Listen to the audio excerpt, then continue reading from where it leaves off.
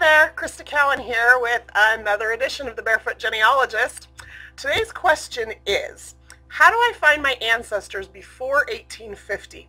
We get asked lots of variations of that question, and so today I'm just going to give you some really simple tips to help you through that process. Now, some of you may be wondering why that's even a question. I'll talk a little bit about that. We'll talk a little bit about the census. Actually, we'll talk a lot about the census and what we can do there. And then we'll talk about some other records that you can use and some other strategies you can use to find your family, particularly in the United States before 1850. Now, before I dive into that, let me just do a couple of quick housekeeping things. One of the things that has come up on our message boards a little bit and some comments is that you can't see my screen when I do screenshots because it's too small. If you just hover right over the center of your screen, if you're on live stream, you should see a little box that says make this full screen. If you're watching this on our blog or on Facebook, that might be down in the lower right hand corner. And there should be a full screen option there just to make it a little bit bigger. We're not going to be on the site much today. Mostly it's going to be just some PowerPoint and some top talking points, but for future reference that should help you out. Okay, let's just jump right into this. So my first tip for finding relatives pre-1850 actually has to do with the census. So for those of you who are new to genealogy, which is quite a few of you, let me just make sure you understand why this is even a question. Since 1880, the census lists the relationship of everybody in the household to the head of household. You've probably seen that in the 1880, 1900, 1910, 1920, 1930 censuses. It will list the head of household, and then it'll say wife, son, daughter, mother-in-law, whatever, right? Now, of course, we know that those records aren't always precisely accurate, so we use those as clues to the relationships of the people in the household, but they're usually pretty great clues. Now, from 1850 to 1870, so those three census years, 50, 60, and 70, all household members are listed, but there's no relationship stated. So a lot of times I see people fall into the trap of just assuming because there's children living in that household that they must be the children of the adults that are listed there.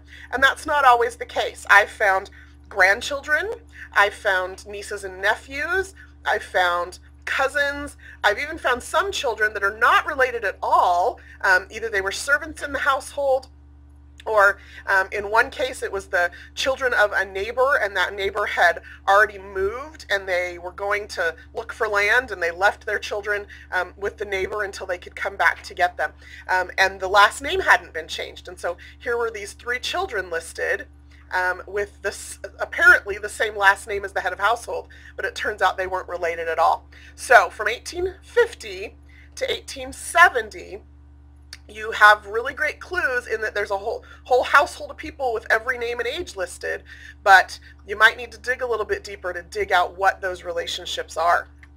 Now, here is why we get this question about the difficulties of pre-1850 research. From 1790, when the U.S. federal census was first taken, through 1840, only the head of household is listed with little tick marks for household members in age groups and gender brackets. So it makes it a little bit difficult. You have a name and then, a listing that there's 4 or 5 or 12 people living in the household, but you have no idea the names of those people. So let me just share with you one of my tricks. I don't discount that census. What I do is I actually create a little spreadsheet. I do this usually in a spreadsheet program, and I'll list the members of the family. I'll list their birth year if I know it, or approximate it if I don't, for sure. And then I'll list out each of the census years and how old I think they should be in any given census.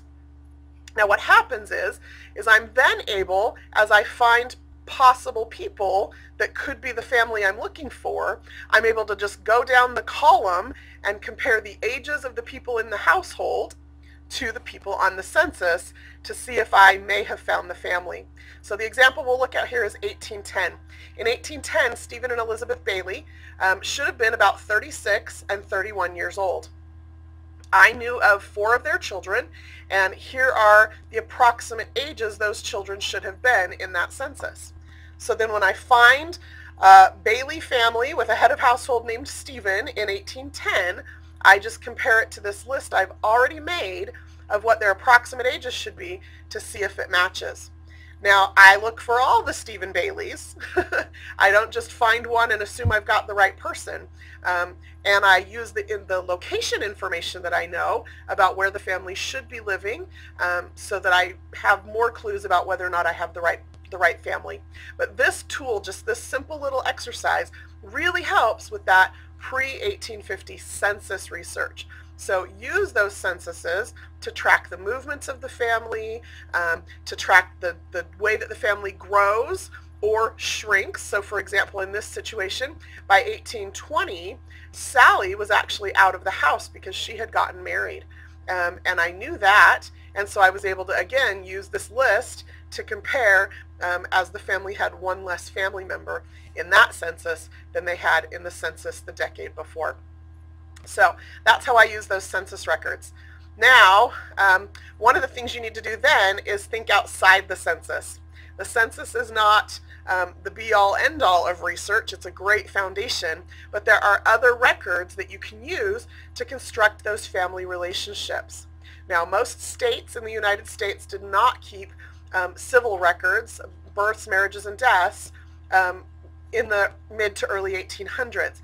But church records can provide a really valuable resource. They'll have records of christenings, they'll have records of marriages, oftentimes they'll have records of burials. Those were handled at an ecclesiastical level. And so use the information that you can about what religion your family was to search for church records in those locations.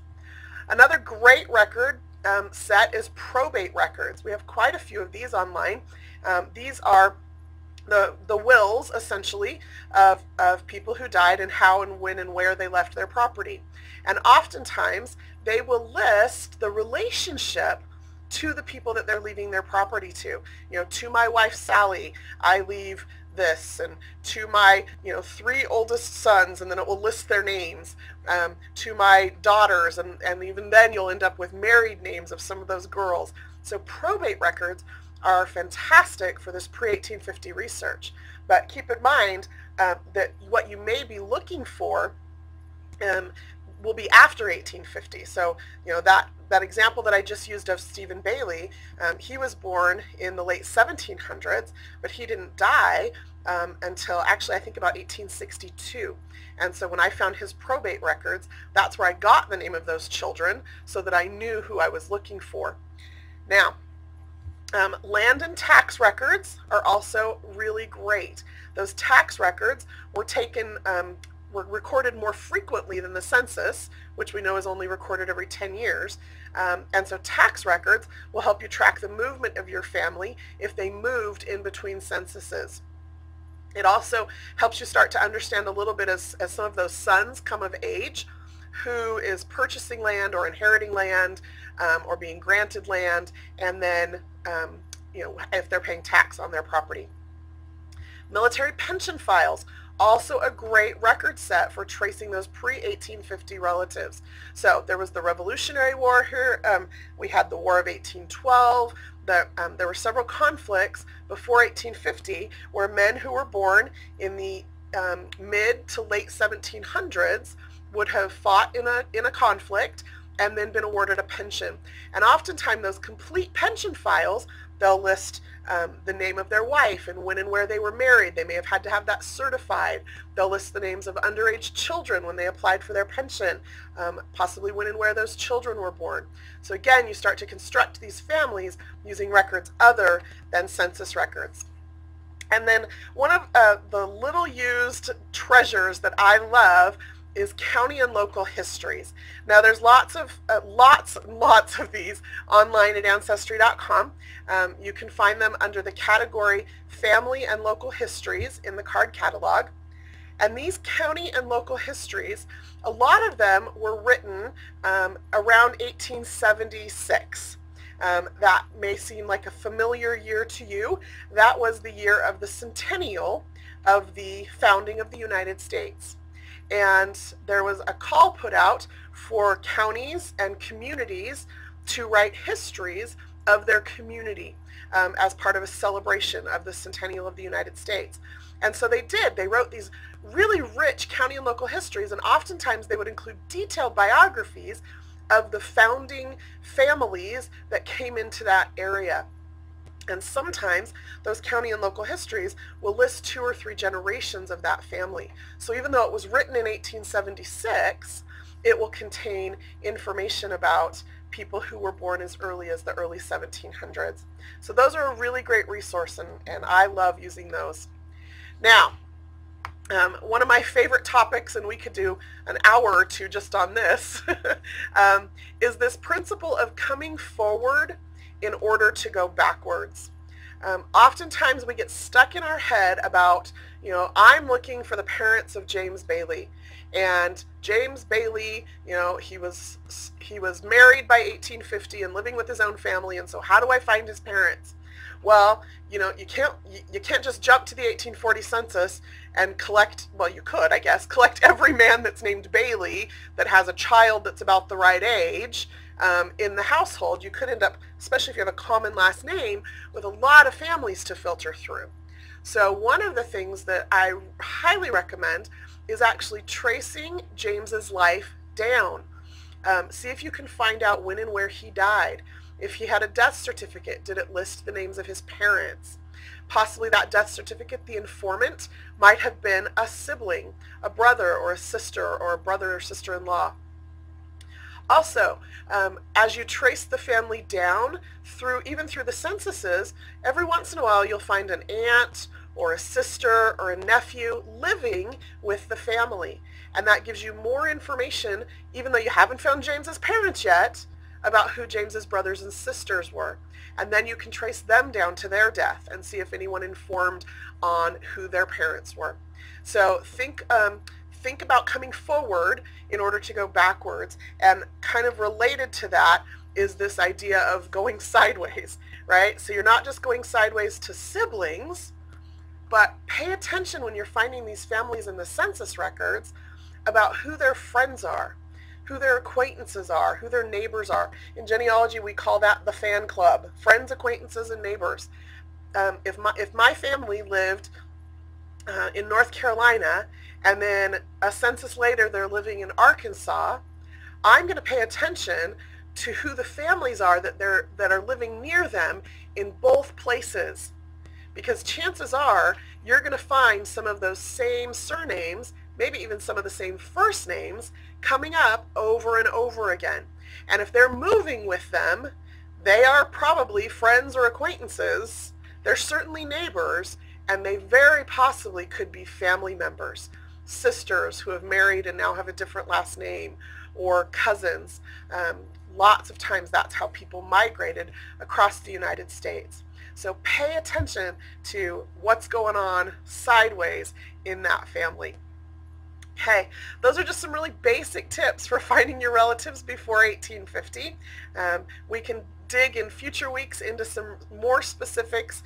Things change a little bit regionally, but that hopefully will get you started thinking a little bit around the census and what it can actually do for you. Thinking outside of the census to what other records will help you construct those family relationships.